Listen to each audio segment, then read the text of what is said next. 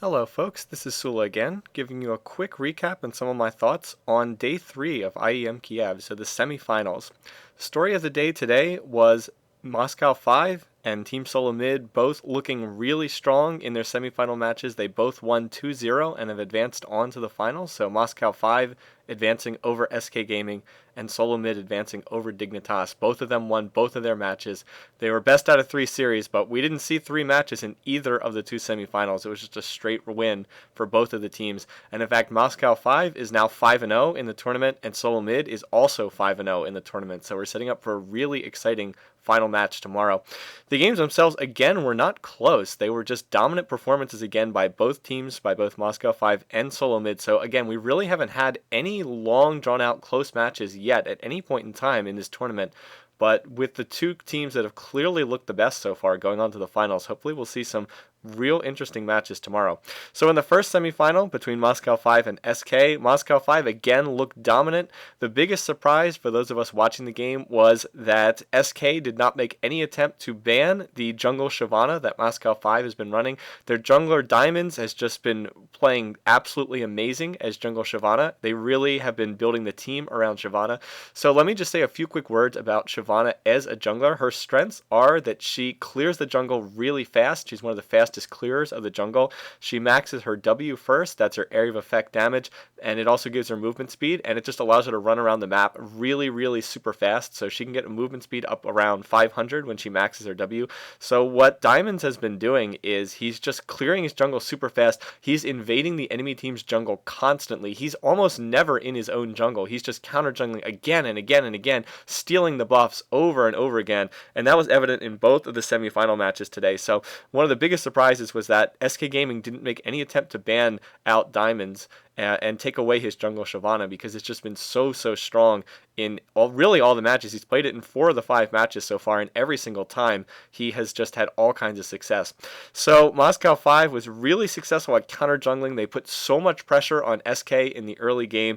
They were able to deny both the red and the blue buff of SK Gaming over and over again. They've been doing this real clever thing where they have their Gangplank player take teleport in top lane, and what he'll do is he'll start out by doing the red buff, then he'll base and then immediately teleport in the top lane, and then he'll have red buff for like the first 3 or 4 minutes of the laning phase. They did that in both games, and it was really strong.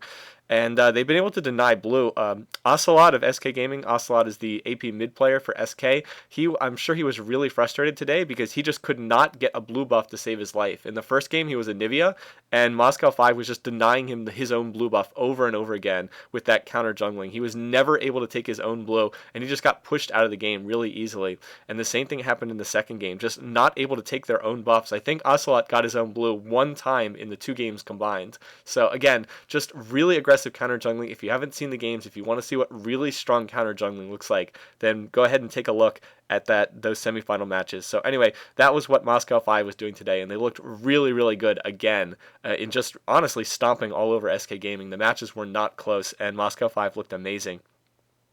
Then in the other semifinal between Solomid and Dignitas, Solomid equally impressive today. I think I'd say they also won their games, and neither one was particularly close, but they did it a little bit differently. With Solomid, it was really more about the brilliance of their bottom lane. Chaox and Xpecial just have looked absolutely amazing in these matches so far. They've been completely dominant in the bottom lanes so far, and they did that a couple different ways. In the first game, they were able to take advantage. They were able to play Graves Sona in the first game against a Nunu support on the other team. I think the other team ran Nunu Sivir. I'm not 100%. Yeah, it was Nunu Sivir for Dignitas in the bottom lanes.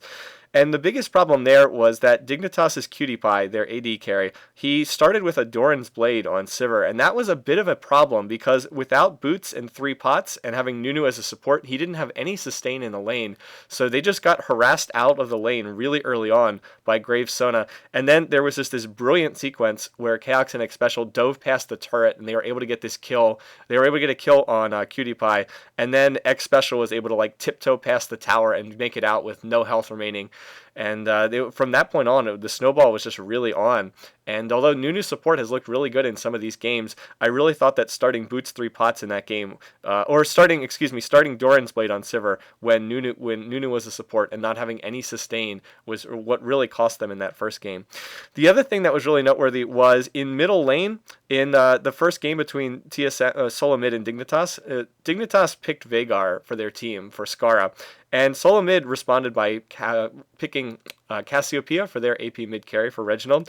And Reginald had a really interesting build. He actually rushed Warmogs and he rushed Merc Treads in that lane. So he was specifically trying to itemize against Veigar. He wanted to have enough hit points so he couldn't just be bursted down by Veigar. And as it turned out, that actually worked really well in that game.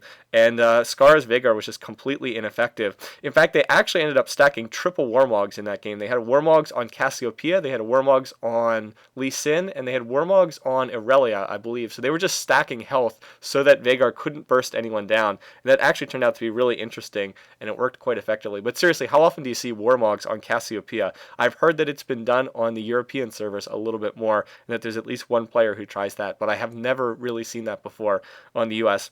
And then in the other semifinal, the second semifinal between Solomid and Dignitas, I thought that Dignitas just picked poorly. So Dignitas had first pick in the second semifinal game, and they started by first picking Maokai. Now, that's a very defensible pick. Maokai is a very strong support jungler, can be very useful, but if you're going to first pick him, then you have to get a lot out of him. You have to be really strong with the jungle ganks. So, like I said, Dignitas first picked Maokai, and then Solomid responded by picking Sivir Sona. Now, Solomid had already banned Graves, and so then they immediately picked Sivir and Sona, and they just instantly had like the strongest bottom lane combination possible for this patch and with Graves banned out. So that was, I thought, a real mistake on Dignitas's part, not either picking Sivir or not preventing Solomid from getting Sona. Then after that, Dignitas responded by picking their AD carry. They picked Corki, and then they picked Ryze in middle lane. Now Skara is a really good Ryze player, but that allowed Reginald to then pick Casseopeia to counter that. And in that second game, he just stomped all over. Reginald was just able to stomp all over Dignitas by getting Casseopeia again in the second game after Casseopeia had been so dominant in the first match. So I just thought that the picks were really not the best on the part of Dignitas. It felt like they got outpicked. They ended up with Soraka Corki against Sivir Sona, and that's just a huge win for Sivir Sona.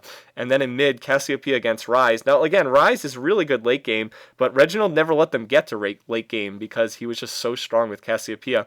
And the Maokai pick, again, first picking Maokai, definitely defensible, but Maokai just did nothing the entire game, and that first pick really went to waste. So I kind of thought that Dignitas lost that second game just on the picking screen, because I really felt they got outpicked and didn't do a good job of setting things up. Anyway, though, that's all I want to say for today. I probably made this a little bit too long already, but we've got a great final match tomorrow. It's going to be between Moscow 5 and Solomid. As I said, both teams are undefeated in this tournament. They are both 5-0 thus far. They have clearly looked like the two best teams in this tournament, so it's going to be really interesting to see which one's going to come out on top. My guess is I think Moscow 5 is probably going to take it. They have just been so dominant in this tournament, but we will see. Really looking forward to seeing how that bottom lane plays out in the match tomorrow. So anyway, if you have a chance, check it out. If not, I'll have another recap up here tomorrow night. So until then, take care, guys. Enjoy the rest of your weekend. I'll see you all soon.